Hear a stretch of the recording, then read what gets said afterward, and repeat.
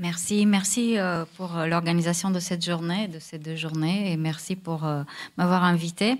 Je vais revenir effectivement sur les questions de nationalisme méthodologique et de la manière dont les frontières et la nationalité sont des biais, sont des cadrages qui nous, d'une certaine manière, nous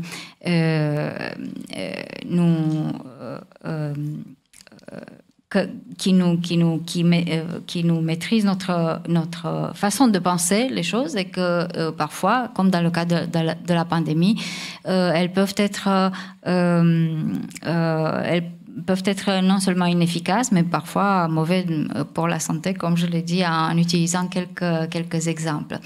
Je vais revenir d'abord sur quel type de biais, et je ne vais pas avoir ici le temps d'analyser plusieurs, et comment définir le nationalisme méthodologique. Le premier qui a forgé l'expression de nationalisme méthodologique, c'est le sociologue Herminio Martin en 1974. Et c'est dans les années 1970 que ce débat sur le nationalisme méthodologique apparaît avec Giddens, avec Anthony Smith et d'autres.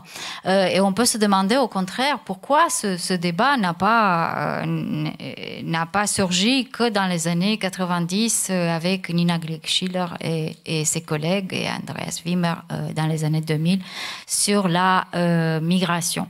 Pourquoi? Parce que dans cet article de Herminio Martins, qui s'appelle Time and Theory in Sociology, je pense, Martins s'interrogeait sur la manière dont nous pensons en fait les sociétés avec des métaphores biologistes comme des corps ou des organismes qui ont une croissance endogène. Donc il réfléchissait sur la question de changement social, et c'est à ce moment-là qu'il se dit mais il y a quand même quelque chose de bizarre, un présupposé général qui est soutenu par une variété de chercheurs de toute orientation sociologique, donc c'est pas un camp contre un autre, qui consiste à parler de société en général. Giddens va revenir sur cette question, qui dit à considérer la société inclusive ou totale.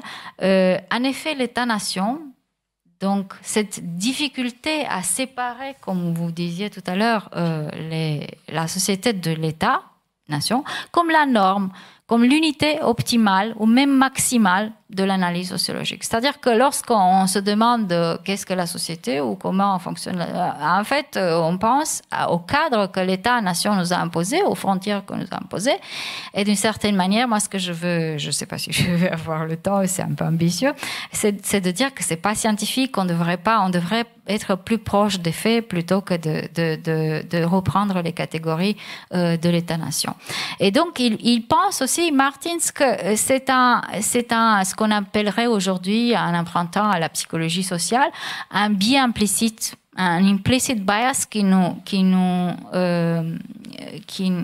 freine en fait à voir les choses comme elles sont peut-être. Et donc il dit c'est une sorte de nationalisme méthodologique qui n'est pas nécessairement associé à un nationalisme politique. C'est pas parce que nous sommes nationalistes et que même quand on veut dénationaliser, déglobaliser, démigrantiser, nous sommes quand même biaisés par ces cadres de pensée, et qui consiste à faire de la communauté nationale l'unité ultime et la condition limitative pour la démarcation des problèmes et des phénomènes en sciences sociales. Donc voilà comment Martins avait déblayé le terrain au début. Il a également parlé de migration. Il dit regardez comment on analyse, comment les chercheurs sur la migration analysent la question. C'est toujours dans un État. Et par exemple, on va regarder les migrants roumains en France. Et bien sûr qu'on n'est plus là et qu'on fait autrement, mais on peut réfléchir sur ces catégories que nous employons et sur ce que, par exemple, l'INSEE analyse lorsqu'il cherche à compter le nombre de personnes qui sont nées étrangères à l'étranger. Pourquoi faire? On peut se demander toujours. Bon, je n'ai pas le temps de parler, j'ai été invitée pour parler de la pandémie. Je vais aller juste pour dire peut-être qu'on peut avoir 3 biais qu'on peut suivre dans le nationalisme méthodologique. Le fait que nous sommes peut-être il n'y a pas d'évacuation de l'État, je pense. Je pense que l'État est toujours là, ne serait-ce que par les catégories. Quand on fait des catégories entre migrants et de familiaux, de travail, etc. Ce sont des catégories de l'État. Bien sûr que les gens ont des familles, du travail, etc. Donc le statocentrisme. Après, dans l'article de 2014 de Raison politique, j'avais utilisé l'expression de Scholti, qui était le territorialisme, le fait de considérer que les espaces sont des territoires unifiés et qui sont comme des conteneurs, comme disait John Agnew, et que c'est pour ça d'ailleurs, peut-être on peut réfléchir également à cette question, qu'on pense qu'en fermant les frontières, on a fermé le conteneur et qu'on a résolu le problème. Sauf que ça ne se passe pas comme ça en réalité. Donc, non pas seulement la question de la société. Qu'est-ce que la société? Peut-être que lorsqu'on pense société, on pense société nationale. On pense aux Afghans, aux Français, etc. Et on peut se demander à quoi ça correspond et qu'est-ce qu'on veut résoudre avec ces catégories lorsqu'on les utilise. Donc, pour prendre quelques exemples de ce qui s'est passé au début de l'année 2020, lorsque la pandémie a été déclenchée par l'OMS et annoncée par la Chine, lorsque un journal danois vous vous rappelez, je ne sais pas si vous avez suivi cette question, mais à la fin du mois de janvier, un journal danois fait une caricature avec le drapeau chinois et des virus. L'ambassade chinoise au Danemark demande des excuses et elle réclame, ou elle conteste l'absence d'empathie et de conscience d'humanité. Et donc cette question aussi qui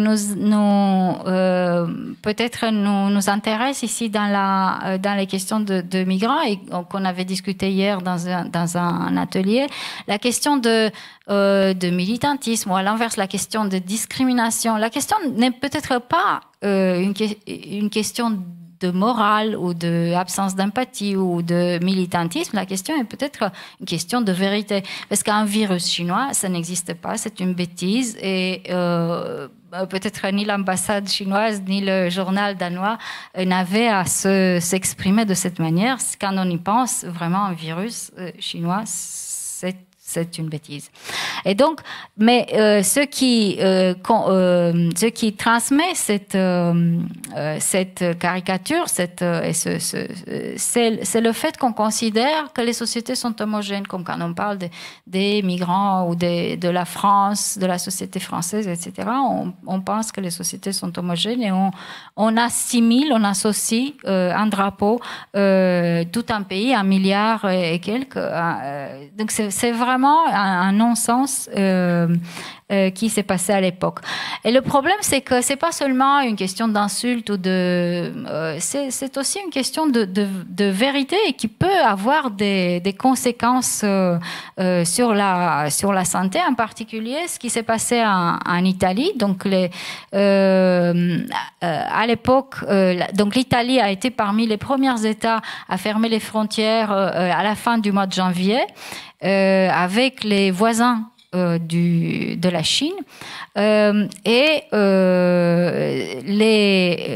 le traitement par l'État de l'épidémie, c'était de faire des tests pour des gens qui venaient de Chine ou d'Asie et qui étaient ou qui avaient été en contact avec ces gens-là. Vous voyez là, je ne sais pas si ça se voit bien, mais le premier, on voit pas mais le premier, c'est un avion. Donc vous faites des tests. Quand il y a des gens qui... La mobilité, d'une certaine manière, c'est ça qui apporte le... Donc, il y a aussi un présupposé sédentariste, que j'appelle sédentariste. Et d'ailleurs, c'est ce qu'on a fait. On a sédentarisé l'ensemble de la population. Et donc, c'est comme ça qu'on faisait les tests. Il se trouve que donc on a fermé les frontières quand il y a eu un couple de Chinois qui était malade. Il se trouve que lorsque le premier malade, en fait, qui était un monsieur, je pense qu'il s'appelait Matteo, si je me rappelle bien, et qui on lui faisait pas de test parce qu'il n'avait pas été en contact ni avec les personnes qui ont été en Asie, ni lui-même n'était pas en Asie. Et un anesthésiste a pris la décision de faire quand même, d'aller à l'encontre de parce qu'on parle aussi du contrôle de l'État. Le contrôle de l'État était important, mais finalement, quelqu'un a dit non, mais je vais lui faire un test. Et il se trouve que ce monsieur était malade. Voilà. Et donc, on a changé de façon de traiter la pandémie et de répondre à un problème qui était différent de ce que le cadre national, le cadre frontiériste, le biais frontiériste nous imposait. Donc, bien sûr, ces fermetures des frontières ont été illégales, mais personne n'a dit... Il y a des gens qui ont écrit dans The Lancet, dans Science, que c'était un non-respect des traités, en particulier du règlement sanitaire de 2005, qui, dans son article 43, je pense, dit que les restrictions, les fermetures de frontières ne sont pas des mesures qui sont adaptées et que toutes les mesures doivent être proportionnelles aux problèmes auxquels on fait face. Et donc, une dernière question, je pense que j'ai une dernière question, c'est comment on peut apprendre en fait des faits. Et donc, la théorie d'une certaine manière des conteneurs fait que nous voyons les sociétés comme des groupes un peu homogènes. En réalité, quand on regarde comment le virus se propage, peut-être qu'on peut apprendre quelque chose sur nos liens sociaux, sur comment on fait société et comment peut-être qu'une théorie qui a été longtemps laissée, peut-être pas centrale pour nous, la théorie des réseaux, nous apprendrait plus que la théorie des gens, tous les gens dans un conteneur.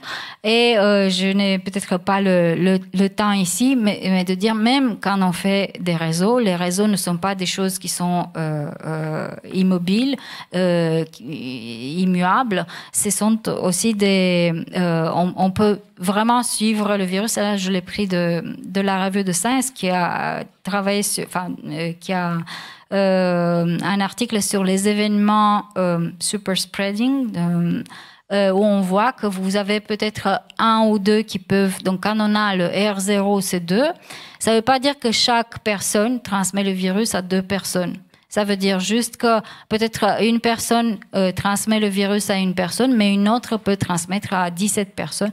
Et donc, moi, je ne sais pas si c'était très clair, mais ce qui est intéressant, c'est de passer outre ces biais méthodologiques qu'on a, et c'est un peu compliqué.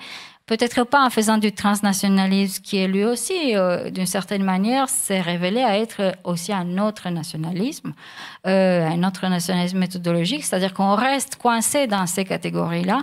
Et mon invitation, si on pouvait, c'est de suivre les faits et de voir comment ça se passe si on veut résoudre des problèmes. Voilà.